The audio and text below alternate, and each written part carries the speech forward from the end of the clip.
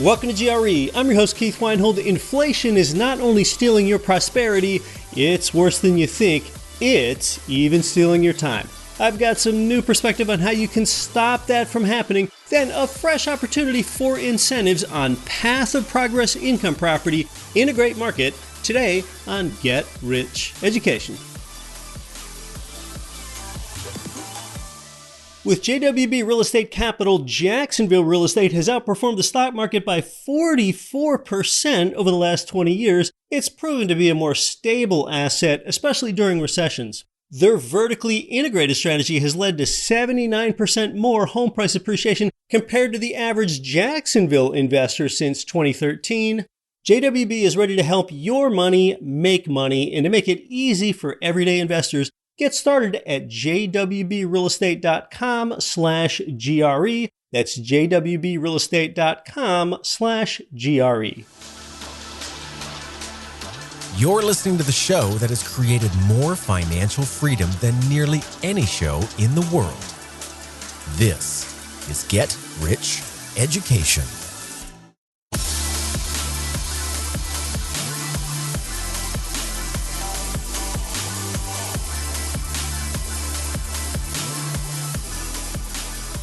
Welcome to GRE, from State College, Pennsylvania to College Station, Texas, and across 188 nations worldwide, the voice of real estate investing since 2014. I'm Keith Weinhold, and this is Get Rich Education. Inflation is a time thief. It's stealing your time. Here's the problem.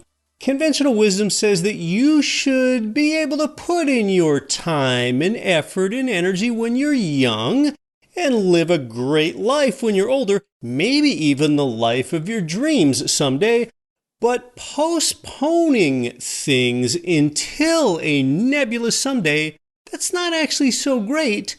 And even that is being seriously threatened for you. Look, throughout history, some human beings have perpetrated time theft on other human beings.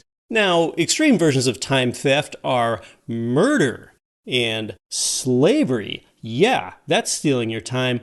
But you're likely the victim of more subtle versions of time theft. If you're working at a job and you're selling your time, energy, and effort into the marketplace, then the proxy, the money that you're receiving back for your human life expended, that money tangibly represents the time that you gave up, that irreplaceable, unreplenishable, highest order resource of time that you gave away. Well, with dollar inflation blatantly debasing your money away from beneath you, your human life capital is being stolen. This is evil. Now look, good money, that's something that does not degrade over time.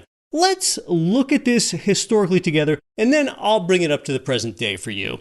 Centuries ago, Europeans began landing in West Africa. In fact, first it was the Portuguese in the 1400s. The Europeans found that West Africans use beads for money. Well, Europeans soon found that the beads are really cheap to produce back in Europe, but they're really expensive to produce in Africa. Well, soon they brought enormous quantities of beads into Africa, and they purchased everything valuable there. There was no way for beads to remain as money in Africa, no matter what the feelings of the bead holders were. Anyone that kept insisting to use the beads as money completely lost their purchasing power. In effect, the beads ceased functioning as money. Is that beginning to sound like any currency that you're familiar with? Any dollars or euros that you've got in your wallet or your bank account today? Are you drawing any parallels here?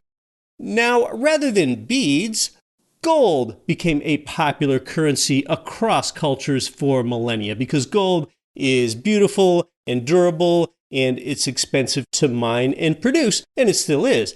But as we reached modernity, and we're no longer in a world where everyone lives within 25 miles of where they were born, well, gold fell out of favor as a currency, though it's still a good store of value today. Now you transact interstate and you transact internationally more often. Jet travel became more common a century ago. And paper money allowed you more easily to move your value across space. Today, you can electronically move dollars across space faster, but you can't move dollars or really any sovereign currency very well across time. And that's because of inflation. Compared to 100 years ago, today's dollar has about 3% of its value today. So if you held dollars under a mattress for 100 years, you have lost the vast majority of your wealth. You've become impoverished. If you held dollars under a mattress for 10 years, you've lost substantial wealth. Sheesh, lately, if you held your dollars under a mattress for 3 years, you've lost substantial wealth. Or even if you held them in a CD, or what they call a high-yield savings account that still doesn't keep up with inflation. What makes a good money is a good proxy for human time. You've got to be sure that your money doesn't degrade over time and that you can store it and use it. You need your medium of exchange in order to track your expended time. When we talk about perpetrating time theft, your government, whatever nation you live in, they can push a button and print billions or trillions more in currency to pay for social programs and pay for infrastructure programs or another stimulus package or QE or to send dollars and weapons to Ukraine, or the Fed buys trillions in treasury securities and mortgage-backed securities, and we had the $2.2 trillion CARES Act. Well, all of those processes are inflationary. All of that currency creation, that just diluted the currency that you hold onto. And that's why that $20 bill that's in your wallet right now, that was worth a tiny bit more yesterday than it is for you today. And if your $20 bill stays in your wallet overnight tonight, it's going to be worth a little bit less tomorrow. What's the easiest way to pay for a new $1.2 trillion government program? Just print $1.2 trillion. They keep doing it. America can create its own currency. And this is also why America has $32 trillion in debt today. Well, what often happens when your government pushes buttons to electronically create tons of dollars or pounds or rupees or euros or real or yen, more and more currency gets circulating, and you and the money that you have traded your precious lifetime for, it all just got diluted.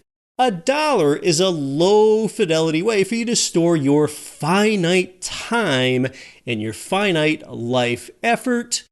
You might pledge allegiance by creating value for others in the workplace and the marketplace every day, but don't pledge allegiance to the dollar.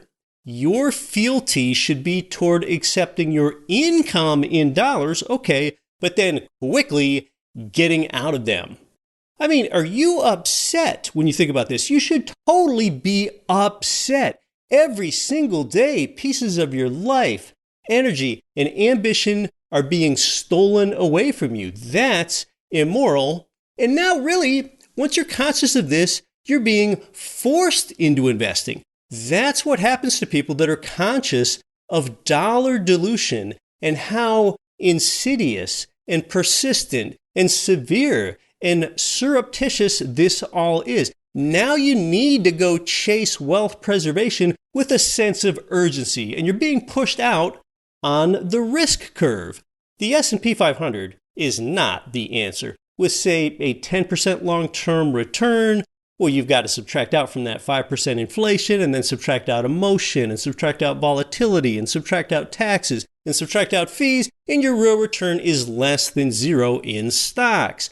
See, dollars and stocks can be easily created and diluted. They can just print more, debasing what you've already got and what you've already traded your time for. And conversely, real estate, gold, and Bitcoin cannot be easily created or diluted. All three of those take proof of work, real estate, gold, and Bitcoin, because all three take real world resources to create. And if you're not familiar with Bitcoin, it takes things like mining hardware and software and electricity to create it, and ingenuity, real world resources, and there will only ever be 21 million Bitcoin. All right, so what can we learn from this?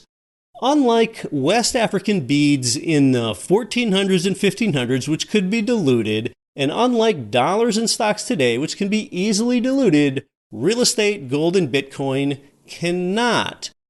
Gold is really just a wealth preservation instrument only about tracking inflation over the long term. It is not proven to be accretive or additive to your wealth. Bitcoin has some promise, but it's still a nascent technology. It's only been around 15 years, but I like it somewhat, yet there are still a lot of questions about it. You've got to find a way to stop the time theft. What are you going to do? And if you aren't upset enough about it, think about how the theft of your time through currency inflation took away more life experiences with the loved ones that you could have spent that time with. You could have spent more of your one finite life on this earth with your mother, father, spouse, kids, church, hobbies, on the boat, at the lake, whitewater rafting, playing pickleball, anything. Certainly be offended and even a little outraged at the surreptitious time theft through inflation. And this is why we are real estate investors and we get loans for property that produce income. Now you're not just hedging inflation, you're actually profiting from inflation. You're profiting from currency dilution because with income property, you're performing something additive to your lifetime. That's the inflation triple crown. The asset holds its own, that piece of real estate, with price inflation. Your debt is being debased by inflation and paid back and paid down by the tenant. And then thirdly, your income, that property cash flow, outpaces inflation because your biggest payment, the mortgage principal and interest, stays fixed, and inflation makes it easier to pay back as more and more dollars keep coming into circulation. As over the years and decades, everything spirals higher. Prices of all types, wages and salaries and expenses and taxes and everything. It gets easier for you to pay that loan back, which others are actually paying back for you at the same time. So this all penalizes the saver and favors the debtor. Be a strategic debtor with real estate. Win the inflation triple crown. Win your time back and then profit on top of that. Now, you know that inflation is stealing not just your prosperity. Now you also understand how it's stealing your time and you know what you can do about it. Most people don't do anything about it. You have got to. Now, it would have sounded like a bit of an exaggeration until you heard my explanation today, but you're actually saving your own life, pieces of your life. Well, inflation, interest rates, and employment have been huge issues in the economy for about 2 years now. Jerome Powell and the Fed began raising interest rates to control inflation a little over a year ago. Let's listen into something here on how heated and contentious this is all getting, compounded by the bank failures. This is about 4 minutes long, and then I'll be right back. Listen into this confrontation. It really summarizes the crux and intersection of a lot of these issues. It's Fed Chair Jerome Powell testifying in front of the Senate Banking Committee's Elizabeth Warren of Massachusetts. It's a real clash over inflation. Chair Powell, if you hit your projections, do you know how many people who are currently working, going about their lives, will lose their jobs? I don't have that number in front of me. I will say it's not an intended consequence. But it is, and it's in your report, and that would be about 2 million people who would lose their jobs, people who are working right now, making their mortgages. So, Chair Powell, if you could speak directly to the 2 million hardworking people who have decent jobs today, who you're planning to get fired over the next year, what would you say to them? How would you explain your view that they need to lose their jobs? I would explain to people more broadly that inflation is extremely high and it's hurting the working people of this country badly. All of them, not just 2 million of them, but all of them are suffering under high inflation, and we are taking the only measures we have to bring inflation down. And putting 2 million people out of work is just part of the cost, and they just have to bear it? Well, will working people be better off if we just walk away from our jobs and inflation remains 5-6%? Let me ask you about what happens if you do this. Since the end of World War II, there have been 12 times in which the unemployment rate has increased by 1 percentage point within 1 year, exactly what you're aiming to do right now. How many of those times did the U.S. economy avoid falling into a recession?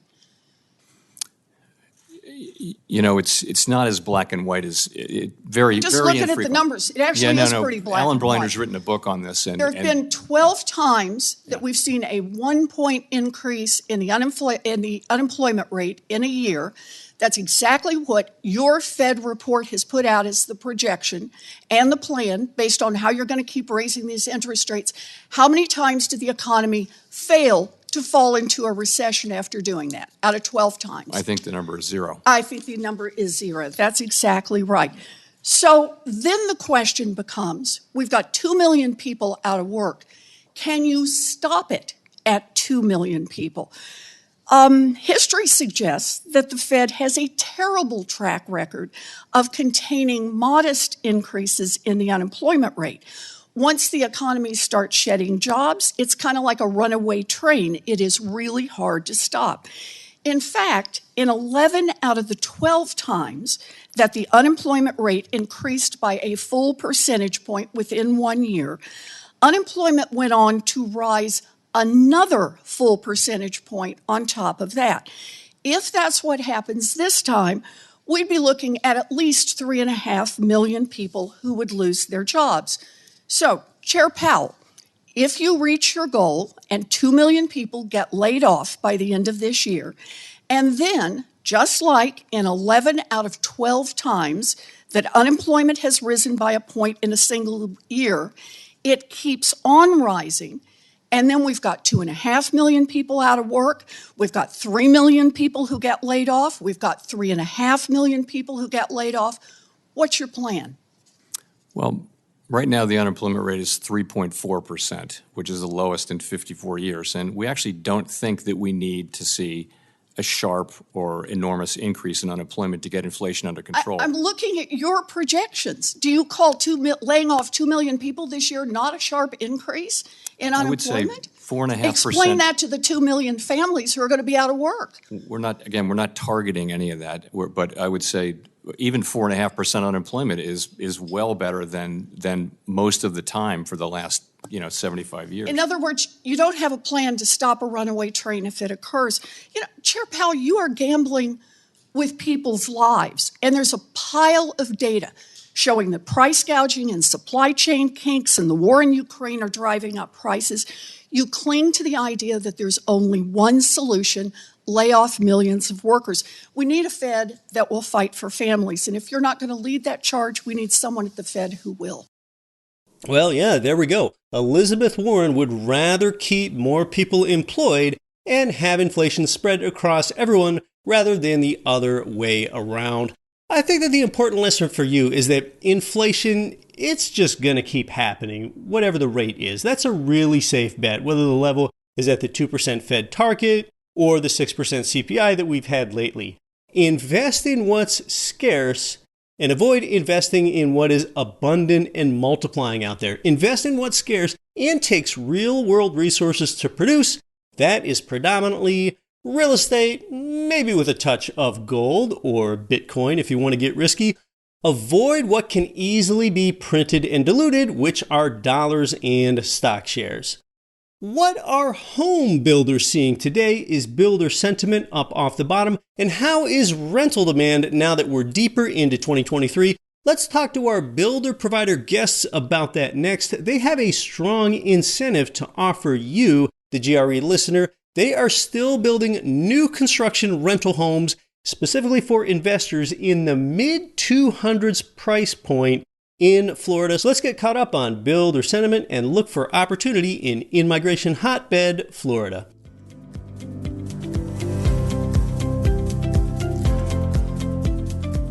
Hey, well, Chris and Jim are here. They are home builders. So we're going to get the temperature of the builder market today and more. Gentlemen, welcome onto the show. Hey, Keith, great to see you again. Good to see you, Keith. Now, they build specifically for investors like you looking to build your rental portfolio. They've operated across many areas of Florida and in and around Atlanta, Georgia, in the 1 to 4 unit space and also the 5+ apartment space. So we're talking about the build to rent market here. And that is homes that are built for a tenant from day one that an investor like you can own and hold on to. So go ahead and tell us about the state of the market today from the builder perspective. From the build side, it's getting a little bit better. If any of you have been involved in the real estate market here in 2020, 2021, and 2022, you'll probably know that build times were painfully slow. Materials were incredibly hard to get. And it just, in general, was a painful process to build a home. What we're starting to see here, kind of the end of 2022 and going into 2023, build times come down, materials are becoming a lot more readily available. Prices still haven't come down as much as we think that they should have. We're seeing lumber prices come down, but concrete is still up there pretty high and rising. Drywall has continued to rise. So some of the savings that we're getting from lumber is being offset by other materials. But still, it's at least flattened out, where for the last 3 years, we've seen just 20% increases in material costs year over year for 2-3 years running. So in general, we're feeling much better about the trade base and the ability to complete homes in a timely fashion. Overall, here in Florida, which is our main focus, rental demand during COVID went down to an absolute crazy level. Rentals only were on the market. Pre-COVID, they were on the market about 34 days.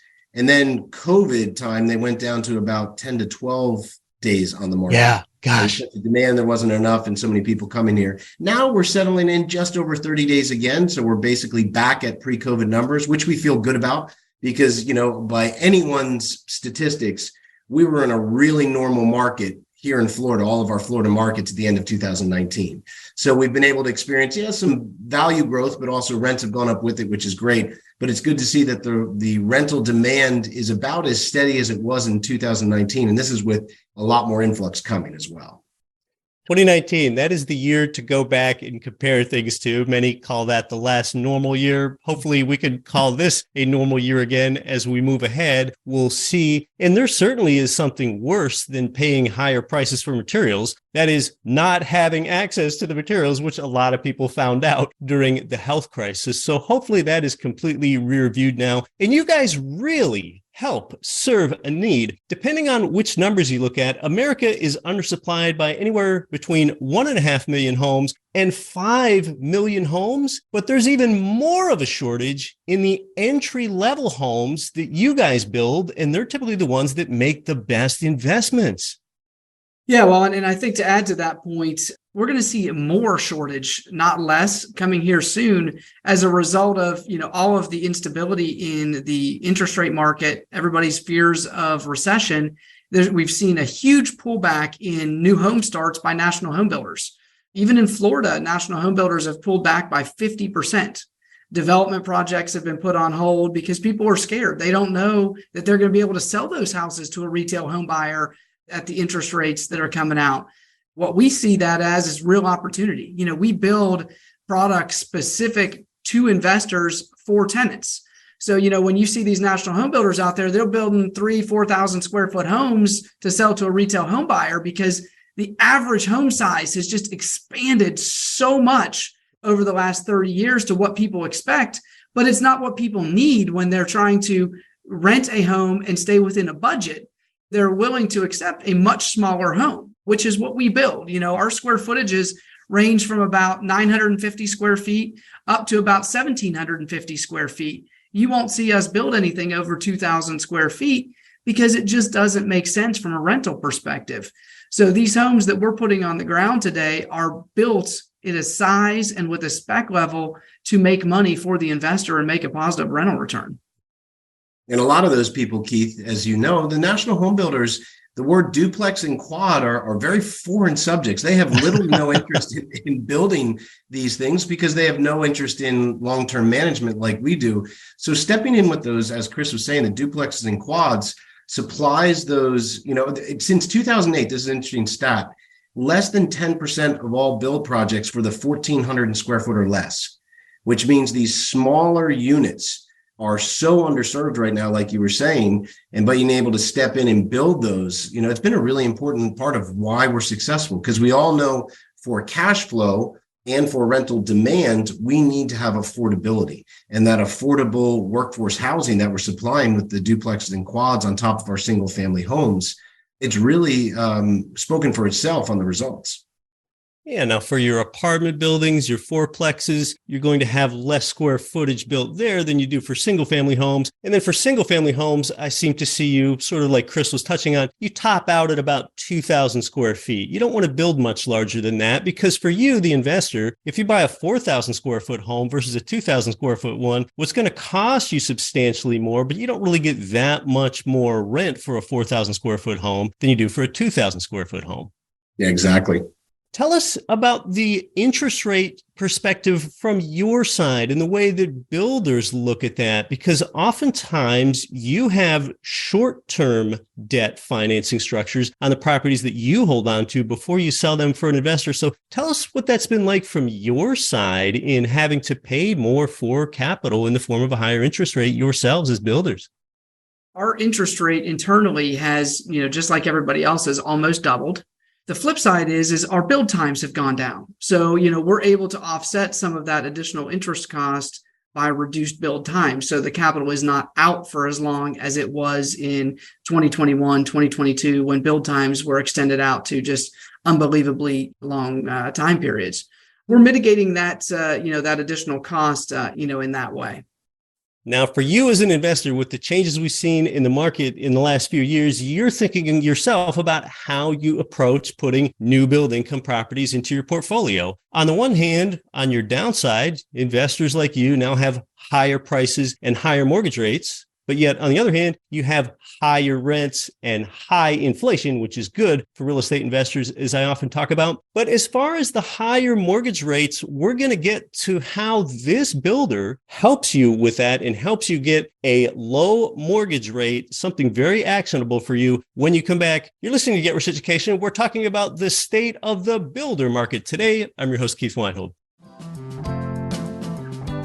GRE listeners can't stop talking about their service from Ridge Lending Group and MLS 42056. They've provided our tribe with more loans than anyone. They're truly a top lender for beginners and veterans. It's where I go to get my own loans for single-family rental property up to fourplexes. So start your pre-qualification and you can chat with President Chaley Ridge personally. They'll even deliver your custom plan for growing your real estate portfolio. Start at ridgelendinggroup.com.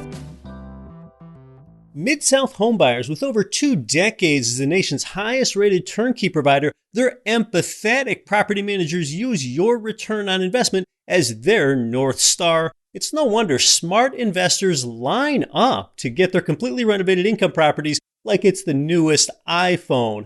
Headquartered in Memphis with their globally attractive cash flows, Mid-South has an A-plus rating with the Better Business Bureau and 4,000 houses renovated.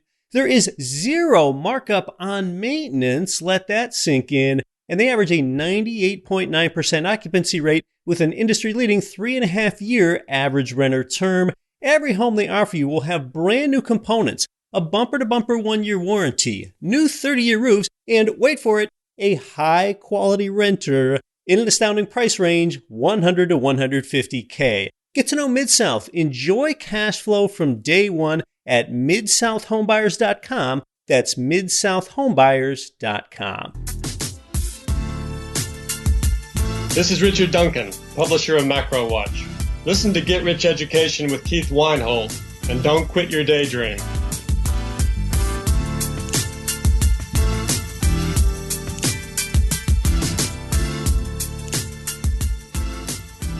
Welcome back to Get Rich Education. We're talking with Chris and Jim, two builders today that help provide you with build-to-rent properties in path of progress places, generally in Florida, a little bit in Georgia as well. Talk to us just overall about the market update and investing in Florida versus other places in the United States. Thing that's really positive about Florida, even though we've had growth here, we were well undervalued before, even the takeoff during the pandemic years. We're still building new construction homes in the mid 200s, which for some of our investor friends out there, maybe in California and New York, they're going, holy cow, how are you doing that? Yeah. But that's in path of growth areas as well. And we really look at that affordability, Keith. So even with some value growths, we've also had rental growths. So we're still able to get that cash flow. We have a number of investors, some of them coming directly through Get Rich Education that were out on the West Coast, let's say, and they were trying to find areas close to where they were in California. So they were looking in like Salt Lake City or Boise, Idaho. Both good markets, good economies. However, compared to like some of our main markets here, the median price of a home was $250,000 more, the median. And what was interesting, when we looked up the average family household incomes, Keith, they were all, for all those markets, around $60,000. So when we look and say, how can renters afford it? Can we still get cash flow? For the price points we're still able to build at, we're seeing, yes, we're in a great affordability index. We can still take cash flow. And that trick question when people say, is the market tapped out? I say, which market are you talking about? There's no national weather average, just like there's no, right. national housing average. Yeah, it does something, but the localized pricing is so important. And we feel really lucky, Chris and I, to be able to be, again, still be building in those mid 200,000 range, for a single family home with the strong rents. That's remarkable. That's such an attractive price. And that's a great measure of affordability in that incomes and salaries there in your area are the same as they are in other areas where you're paying several $100,000 more for a commensurate product. Being centered there in Florida, I think we've all known about the torrid year-over-year in-migration that we have there that continues to create demand, keeping rental occupancy up, keeping the pressure on rental rates and prices. So can you tell us more about the overall climate of investing in Florida, whether that's regarding demographics or anything else with the trends that have taken place now the health crisis is mostly rear-viewed? Starting, talk about, rents and rent demand. Jim touched on it a little bit earlier. We're starting to see a return to seasonality. So we're starting to see some normalcy in that, where you're going to see rental demand slow down a little bit in the November, December time period when everybody's wanting to settle down for the holidays. The last quarter of 2022 was really the first time that we'd seen seasonality since 2019. We saw some of that. So we saw a little bit of a slowdown there. We saw, rents flattened out, or in some cases even dipped a little bit during Q4 of 2022.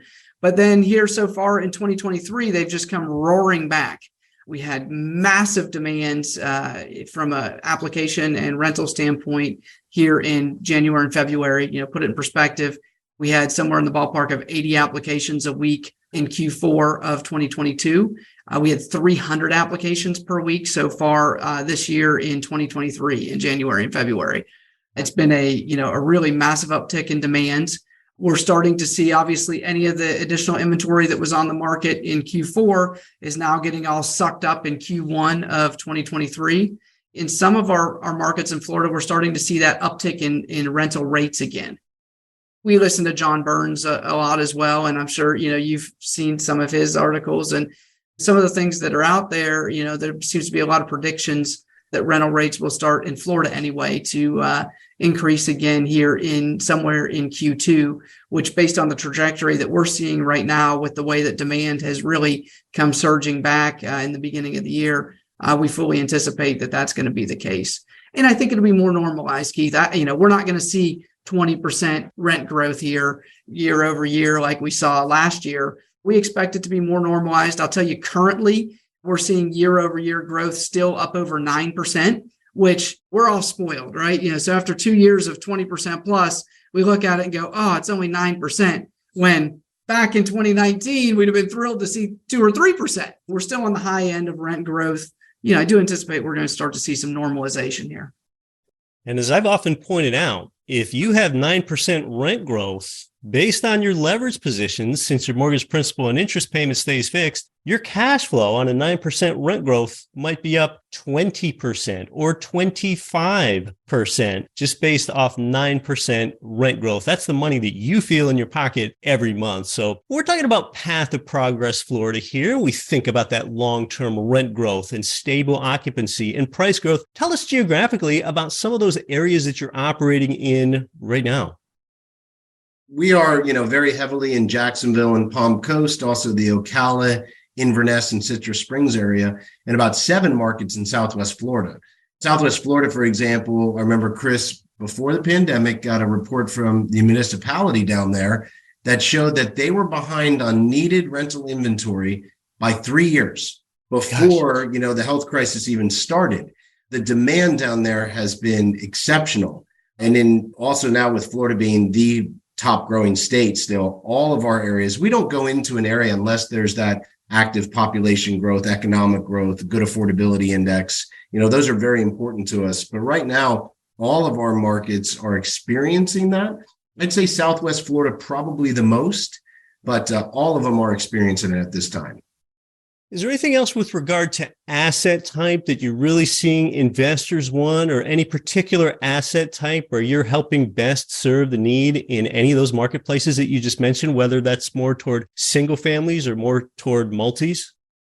We're selling about 50% multifamilies, 50% single families right now, somewhere in that range. The real trend that we've been on for the longest time that we're starting to see some of the institutional investors hop on that bandwagon is really home size, looking, to match the home size to the market and what is going to be affordable to the investors. I just got back from the IMN conference in Nashville. It was a BTR conference with all the large institutional investors that come to that event every year. One of the reasons that we like to go to that event is to see what's going on in the institutional market, because one of our goals is to provide our clients with similar or better product to what the institutional investors are putting out, and similar or better management of that product than the institutional investors are putting out. Because we want our clients to be able to have the same benefits and the same economics of their portfolio, that whether it be 1 unit or 50 units, it's not 5,000 units, it's not 20,000 units, but because of the scale of our company, because we're selling to a whole bunch of individual investors, we're able to get to that scale of an institutional type management company and building company. And so, we really like to keep our eye on what those guys are doing. One of the things that we started seeing them say at this conference, which I really had not seen them say in years past when money was almost free, is they're going, we're really thinking about having to redesign our plans to get down to a smaller footprint in order to make the yields work. Well, of course, we've been doing that for years and years, and we've got a big head start on them. That's really the biggest thing that I've seen in the market, where other folks have started to wake up and say, hey, we don't need to be building 2,500, 3,000 square foot product for rental units. I would say that that's going to really keep us in an affordable factor for our clients, both our tenant clients and our investor clients, so that these homes stay filled. Well, I think to add on that, which is a little bit of a side note, but it ties in really important of the build-to-rent model itself. We all know about the H word here, Keith. You've heard about hurricanes down in Florida. And the hurricane scare, we had that one that just came through, Ian, in the fall, that at one point was clocking at a category 5. That's about as strong as they get. We saw the power of build to rent. And what I always joke with Chris about is, remember when our parents would say, put on your seatbelt, and you'd yeah them until you get in that first car accident and you go, man, I'm so glad I had my seatbelt on. That's the way we felt about new construction, because, we had hundreds of projects going on down there, and new construction is different. Ever since 2004, when Hurricane Charlie hit Punta Gorda and it decimated it, the rules changed. The government stepped in and said, you have to change on higher ground at way stronger levels with your building integrity. And so, we kind of groveled about that, but now we're glad we did, because coming through Hurricane Ian, where the eye of the storm went over 2 of our major markets, Fort Myers and Punta Gorda, out of hundreds of projects, we only had 4 properties that needed insurance claims. That means that the damage was just over $5,000. Wow. And it's important to note, Keith, none of those flooded. And the reason those 4 had damage is the freestanding walls had just been started. So they were just freestanding walls. The roof hadn't been tied on to give it that extra security. So the walls just fell over. So we were rewarded with that, not only from our clients who withstood the hurricanes and said, wow, now we understand why you guys like new construction more. But the other reward we get for that is insurance. Again, when people say, oh, I heard you can't get insurance in Florida. And I always ask the question, what property are you talking about? Because the insurance companies, the ones that we've worked with, have said, unofficially, we were rewarded for our performance. They saw that we were building on higher ground, that we were using stronger building materials and requirements to build them right. Also, even though we're in coastal markets, we normally build 5 miles inland on a lot of our product, which again is another safety score for a lot of insurance companies to down it. So we've been able to keep our insurance rates low, which is huge for not only us, but for our individual investors to their bottom line cash flow. You want to have good insurance in place, and hopefully you don't have to use it. And also, we want to keep the payments low so it can go to cash flow and not to the insurance companies. And we've seen that with sticking with new construction, we've been able to do that, especially when you compare it against older homes built in the 50s and 60s. It can be an exorbitant amount. We're talking thousands a year in cash flow that could be eliminated by having an older property compared to the new ones, at least here in Florida.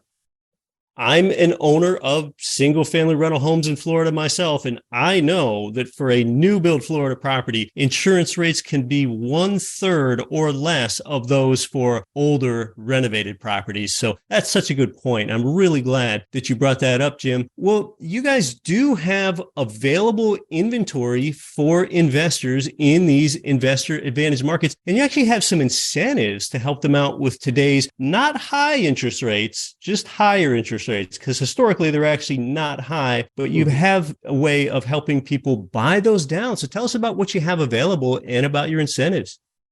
Overall, we decided to take kind of a risk, and we kept building so that, a lot of the requests of our client investors was, gosh, we want to be able to close on a 1031 exchange. So it means they have to have that in 6 months, or we want to be able to close on a property in the next 90 days. Well, for a while, that seemed impossible with new construction. Building could be 12 to 18 months out or longer. Right. By continuing to build through the pandemic, we now have actually been able to develop a system where you can have a new construction home that you can close on in less than 90 days, which is really attractive to people because a lot of people want to get their money working, or they have a 1031 exchange. So we wanted to be able to deliver that sooner product. Another thing, when Chris and I sat down and did the numbers, we said, how can we keep cash flow intact for our investors while also staying healthy ourselves? And what we came up with was called a 2-and-2 program, Keith.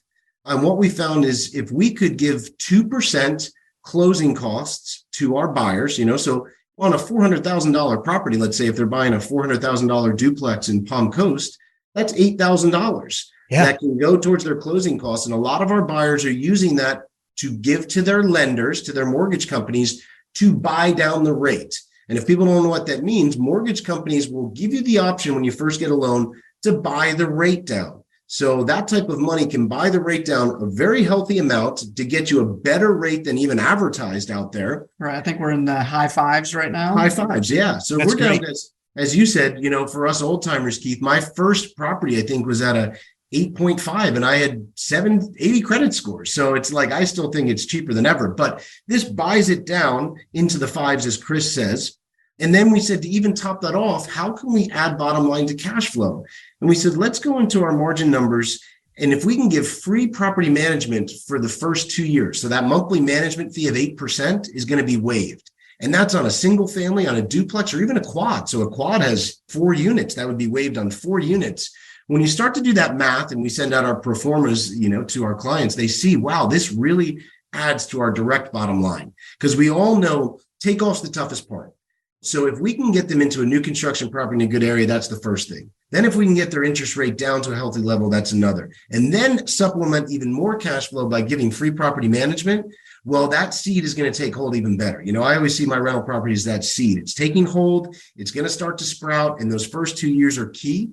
What Chris and I saw is, wow, we're given really, really clean visibility for the next 2 years. Better than advertised rate, free management. And if the Fed repeats itself, we all know, you're married to the property, but you're only dating the rate. And the Fed normally within 2 years of these big jumps comes down 2+ points. There's a great chance for refinance. So we feel this 2-and-2 program, Keith, is setting people up the best way possible especially coupled with new construction, to get their portfolio on the right track and grow in the right direction. We assume in the next 2 years, based on the trajectory of rental demand currently, that the rents are going to be higher as well. You have a really good potential in 2 years when you have to start paying management fees, that not only is your interest rate going to be down, but your rents are going to be up, which is, obviously going to add some serious cash flow to the bottom line. So thank you so much for doing this for GRE followers. So your 2 and 2 program, where at closing on, oftentimes this is something like a new build, single family home or duplex or larger in Path of Progress, Florida, you give them 2% of the purchase price in a credit for the closing costs. And if a borrower so chooses, they can buy down their interest rate. Lately, they've been buying down their mortgage interest rate into the high 5s, which is really attractive. And then the other part that helps with the cash flow is you're waiving the property management fee for 2 years there in Path of Progress, Florida. Correct. And I think it's probably important to point out, we're looking at this as an incentive for our clients to get through this current higher interest rates time period that we're in. So this is currently scheduled to expire the end of March, this promotion where we're doing the 2 and 2 at the end of March. So anything that contracts before March 31st. You can get started and learn more about that. They're one of our GRE Marketplace providers at gremarketplace.com/Southeast. Since they are serving in the Southeast, that could very well expire March 31st. So that is something you want to act on sooner rather than later. Fellas, this has been a great chat about the state of the market, just what you're doing to help with this dearth of supply and how you're helping out investors. Thanks so much for coming on to the show. Thanks for having us, Keith. Good seeing you again. Appreciate you.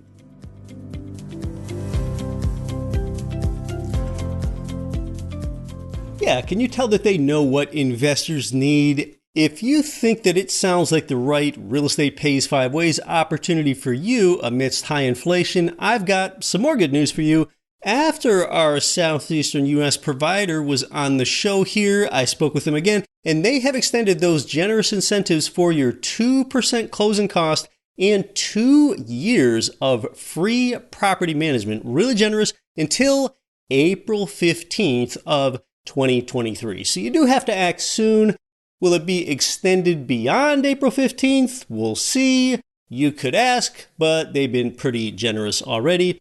And also, this is an opportunity, if you so choose, to work with our free in-house investment coach, Naresh, here at GRE to easily walk you through getting started with finding just which Florida market might be right for you, helping you do things like write up your purchase contract and help walk you to the inspection and appraisal and all of those stages onto your purchase day.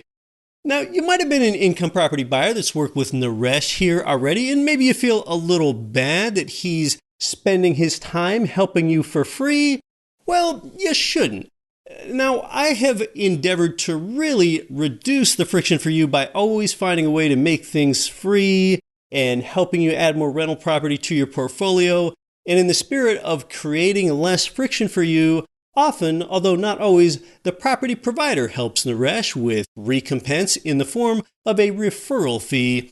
So Naresh does volunteer some of his time and resources for you, but he is often made whole that way, keeping it free for you. So we are really making it easy for you here with low property prices, strong builder incentives, and free investment coaching. Your opportunity to get the new build, durable Florida product with management and incentives and free coaching is here. And if it were any easier, I think someone would even make your down payment for you. No one is going quite that far. If it sounds interesting to you, this is the window of opportunity. You can get started at gremarketplace.com/Southeast. Until next week, I'm your host, Keith Weinhold. Don't quit your daydream. Nothing on this show should be considered specific, personal, or professional advice. Please consult an appropriate tax, legal, real estate, financial, or business professional for individualized advice. Opinions of guests are their own. Information is not guaranteed. All investment strategies have the potential for profit or loss. The host is operating on behalf of Get Rich Education, LLC exclusively.